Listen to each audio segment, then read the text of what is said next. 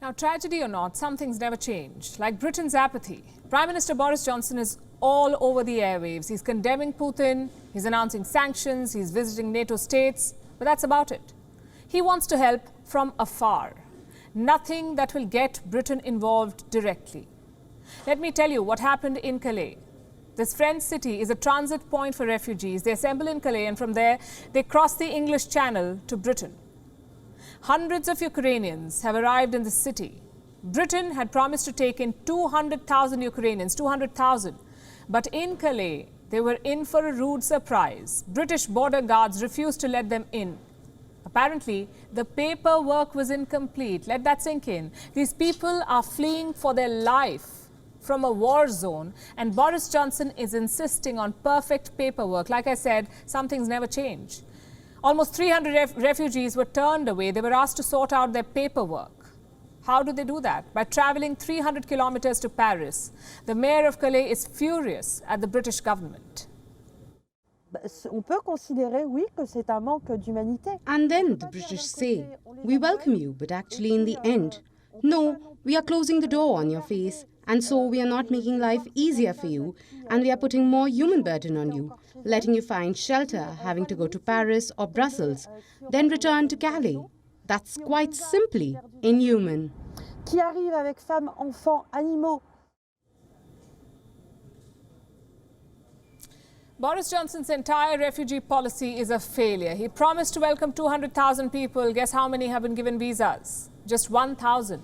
After intense backlash, Johnson has been forced to act. He's still insisting on visas, but the process has been simplified. Refugees with passports can now enter Britain freely. They can finish their visa formalities after entering the country. At best, it's a half measure. But coming from Europe, it's still surprising. Do you remember the migrant crisis of 2016? It was called a crisis for Europe. There were debates, there were crackdowns, lots of politics. This time, there is no talk of crisis. 2.5 million Ukrainians have fled to the European Union, 2.5 million. Most of them have been welcomed warmly. What explains this difference? In one word, racism. Let me quote what a French presidential candidate said about refugees. It's a question of assimilation, he said. There are people who are like us and people who are unlike us. Everybody understands that Arab or Muslim immigrants are too unlike us and that it is harder and harder to integrate them.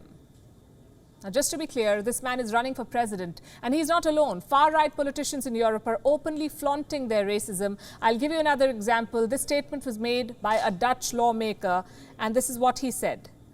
Thousands of aliens is what he's calling them, who have exhausted all legal remedies reside in the Netherlands are not entitled to asylum. These are people from Morocco or Tunisia, for example, who can return safely. Every bed they occupy is a bed where no real refugee from Ukraine can sleep. Basically, chuck out the Arabs and Africans, whom he's calling aliens, and bring in the Ukrainians. And I know what some people will say, this is part of the far-right ideology, these people are part of the fringe. Well, here's a question. Is Britain's Prince William also part of the fringe?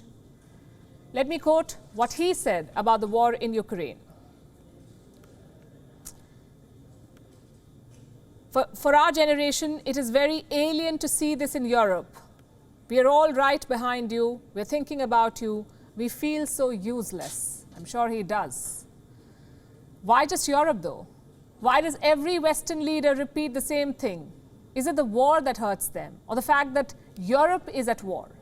Plus, it's rich coming from Prince William. His family colonized a quarter of the earth, waged wars in every continent except Antarctica, and now he's appalled that Europe is at war.